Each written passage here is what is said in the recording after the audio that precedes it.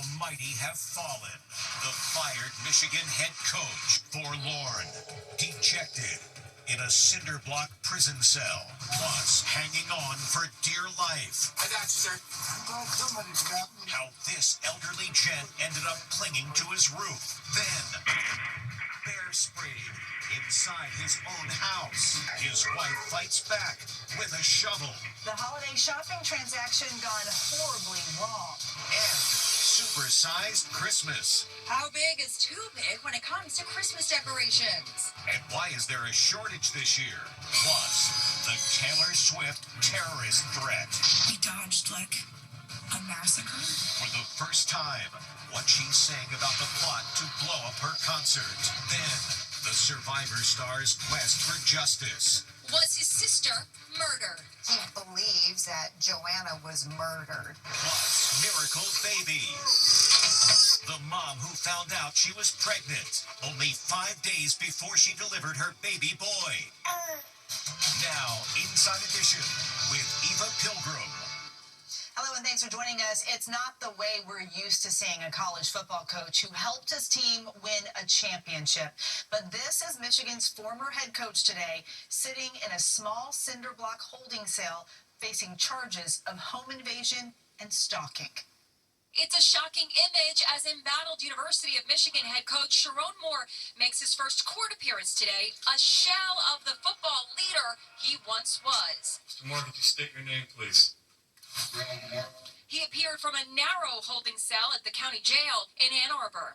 During the hearing, the prosecutor detailed the harrowing allegations that Moore broke into the home of his executive assistant, Paige Shiver, and threatened to kill himself. He came to her apartment, barged his way into that apartment, immediately then proceeded to a kitchen drawer, grabbed several butter knives and a pair of kitchen scissors, and began to threaten his own life. I'm going to kill myself. I'm going to make you watch. My blood is on your hands. He has been charged with home invasion, stalking, and breaking and entering. Bond was set at $25,000, and he will be required to wear GPS monitoring. He was also ordered not to have any contact with the woman. His lawyer, Joseph Simon, spoke to a crush of reporters. Do you know where he's going to be able to stay after this? Is he going to be able to go home? I'm just going to not answer that question. Prosecutors say the married coach and the staffer had been in an intimate relationship for several years. He's hanging on for dear life. A man went up on his roof to clean leaves out of his gutter when he got stuck and couldn't get down. The 86-year-old was left dangling 3 stories up. Police race to a home. They're urgently trying to get to the roof. Where's the balcony at? Once up there, they have to be careful. Suddenly, they find an elderly man hanging on for dear life. I got you, sir. I'm glad somebody's got me. The 86-year-old gent slipped while cleaning his clogged gutters of leaves and other debris. Hanging on? Both officers grab his arms. Reach up without me. Wait, let me get your wrist. The poor guy's hands are trembling. Let me get your wrist. Come here. But he's pulled to safety. And he's apologetic. I didn't mean to cause all this. No. It's not your fault at all. That's what we're here for, okay? Tampa cops Jason Sikowski and Caleb Gerard are the officers who came to the rescue. Was he really just hanging on with his bare hands? Well, he had nothing to grab onto because the roof surface was flat. So I think it was like the pressure from his stomach was the last thing holding him there. They say the homeowner, identified as James Manataris, came very close to losing his life. It was 3 floors up, so yes, it could have been very bad. Safety experts say working on roofs to clean gutters or sweep off snow is fraught with risk.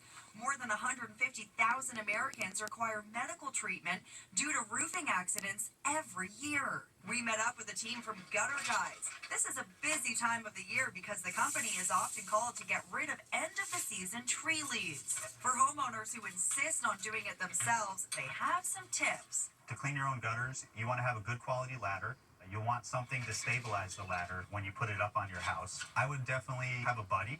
That way, if something did happen, you're not alone. You're not stuck up there by yourself. While I'm on the ground, I can watch him to make sure the ladder is staying stable.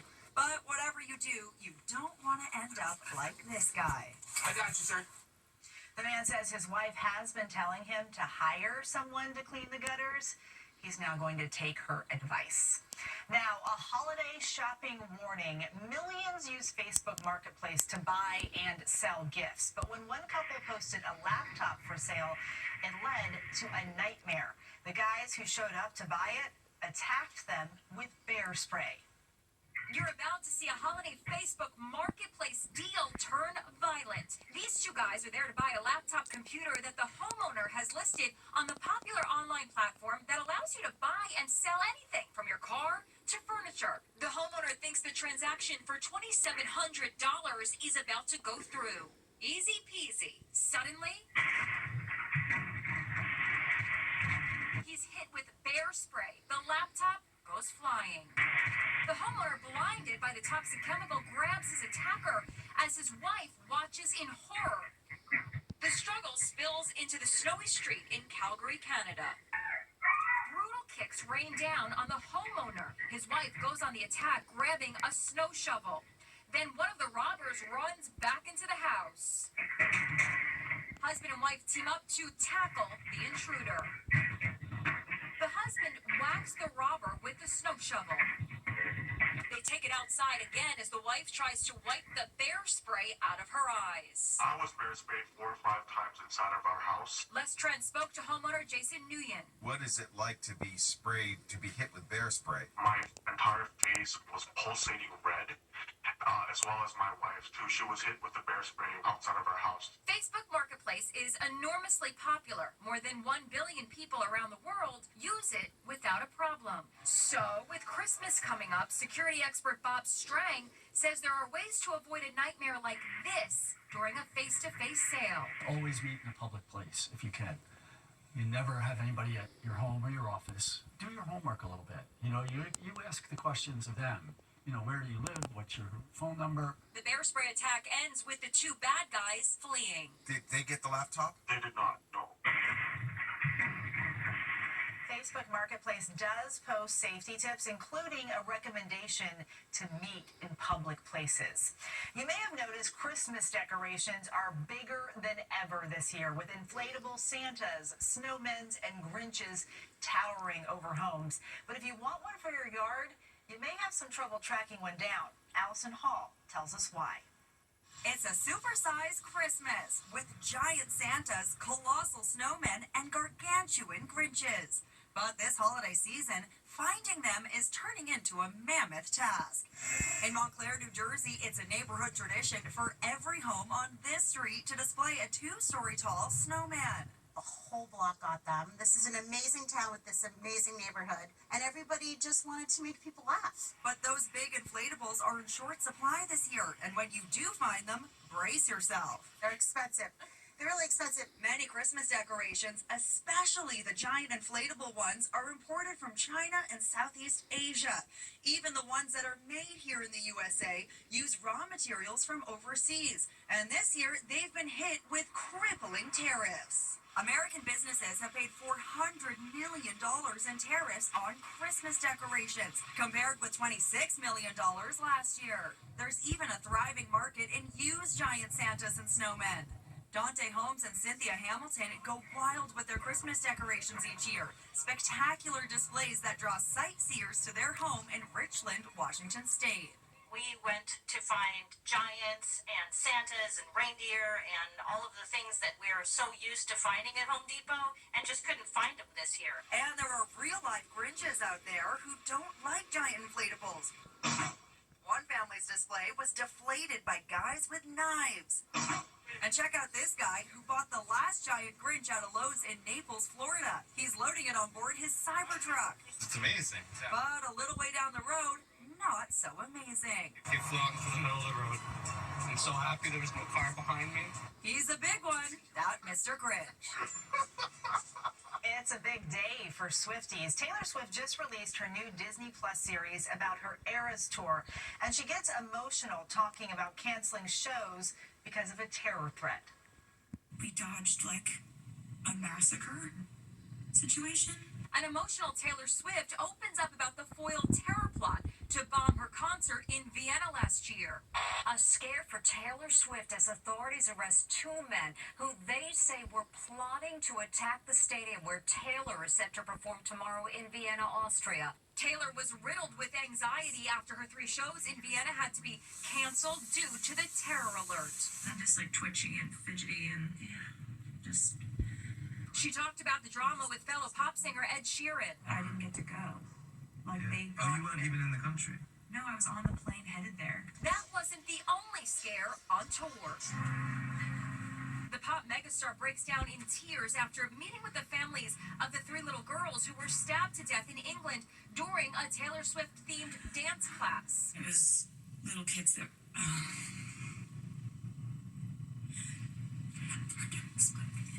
The docuseries Taylor Swift, The End of an Era, is leaving Swifties in tears. I was crying within the first 5 seconds. I am crying. The 6-part special also gave us the most intimate look yet at how Taylor pulled off the highest-grossing tour of all time. And it's a rush hour, baby. A New York detective was at the right place at the right time to save the day. It's a guy trying to save the life of a choking toddler. Talk about cool under pressure. He wastes no time, and he sure seems to know what he's doing. He gives the pink onesie-wearing girl sturdy blows to the back, then turns her over to see if she's breathing. And she is.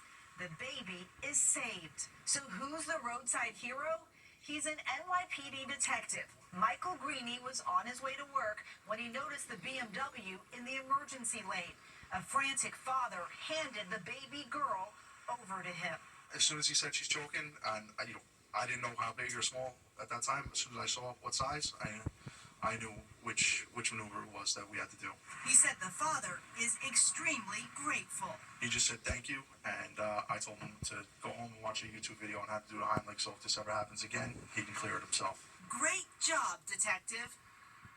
The hero detective is a 17-year department veteran who joined the NYPD in 2008. It may have been the most memorable moment from the last season of Survivor, a fire captain getting emotional, talking about how he was competing to honor his late sister, whose death was ruled a suicide. But as Ann Mercogliano reports, he now thinks she was murdered. This contestant from TV's Survivor says he's on a mission to investigate the circumstances behind his sister's death. Joe in the early lead. Joe Hunter was a fan favorite on last season's Survivor. Known as a great competitor and all-around good guy, Joe stunned fans when he said he lost his sister to domestic violence. I'm sorry that I couldn't protect you from that monster. Now Joe, a Sacramento fire captain, is pointing fingers at the man he says took her life. His name is Mark Lewis, a former pastor who was married to Joe's sister, Joanna. I know in my heart that Mark killed my sister, and then he staged it to look like she hung herself. Natalie Morales investigated the case for 48 hours. What does Joe believe happened to his sister? Joe Hunter believes, and so does her mother, Patricia Hunter, they believe that Joanna was murdered. There was a history of domestic violence. Joanna had taken out restraining orders against Mark Lewis, who was a pastor in the Sacramento area, her husband. Mark Lewis told cops that in 2011, he found Joanna hanging in their closet. Hello, can you tell me what happened? I have no clue what happened.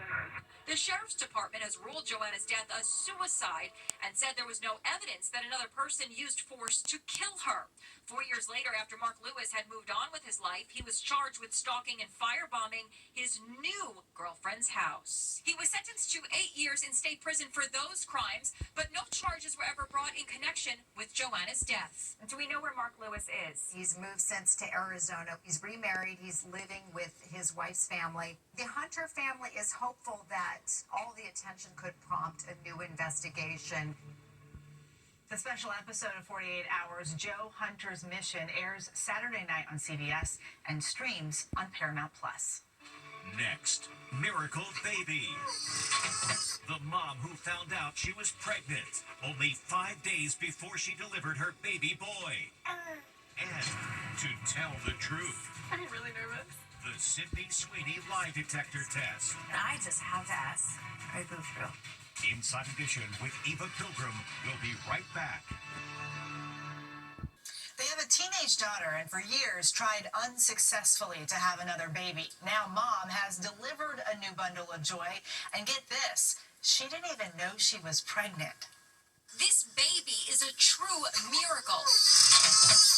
Mom Susie Lopez had no idea she was pregnant. 41-year-old Susie Lopez has had an ovarian cyst for the last 20 years that was growing larger and larger, up to 22 pounds. It was so big that she actually looked pregnant for the last 5 years. Finally, she decided to have the tumor removed. Only then did a routine pregnancy test prior to the surgery reveal she was pregnant. Then she had an ultrasound. At first, it was kind of scary because there wasn't a profile of a face, arms, or legs, just rib, skeletal bones. Because the tumor was blocking the image. Correct. Correct. And so I was like, what is growing inside of me? I don't even know what's going on. The tumor masked the pregnancy. Is that why you didn't know you were pregnant? 100%. Turns out the baby wasn't even in Susie's uterus. The pregnancy was an abdominal ectopic pregnancy, a rare, life-threatening situation for both mom and baby. To have one that made it to full term is exceedingly, exceedingly rare. And to have one that made it to full term with a completely normal outcome for the baby and normal outcome for the mom is, I would say, almost unheard of, if not completely unheard of. They're very, very dangerous. Were you worried for your wife's well-being? Absolutely. Through the entire process, it was kind of very scary for me. The surgery has two goals: remove the tumor and deliver a baby. You're going to take the mask and flip it towards yourself. A team of 30 medical professionals at Cedars-Sinai in Los Angeles joined in. First, the baby, a healthy 8-pound baby boy with a full head of hair. They named him Ryu. Then came the tumor. Is he a miracle baby? 100%. Thanks to God. God's miracle for us. Mom and Dad say they are thrilled to have baby Ryu home for the holidays. When we come back, you won't believe what Sydney Sweeney was asked while strapped to a lie detector. Sydney Sweeney takes Vanity Fair's lie detector test, and wait till you hear what she was asked. Sydney Sweeney's in the hot seat. Promoting her new movie, The Housemaid, the 28-year-old actress sat down for a lie detector test with co-star turned bestie Amanda Seyfried. Joined by a polygrapher, the ladies took turns questioning each other in a playful Q&A, culminating in this nail-biter over Sydney's famous figure. I just have to ask, are you both real? Yes. Have you ever had any work done on them? No, I've never gotten any work done anywhere. That was truthful. That answers that. Coming up, delivery guys spread holiday spirit. Finally today, some very special deliveries. Talk about a holiday helper. Dropping off some packages, this delivery guy spots an archway wreath leaning against the front door. Grabbing hold of the oversized decoration, watch as he delicately positions it over the entryway, propping it up perfectly for the homeowners. All done. That calls for a thumbs up.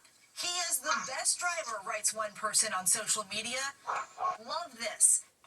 And this Amazon driver just delivered a package when he spots something on the lawn. It's lost cash. With money in hand, he beelines it back to the stoop and slides the cash safely under the door. What an honest Joe. So good to see. And we'll see you next time.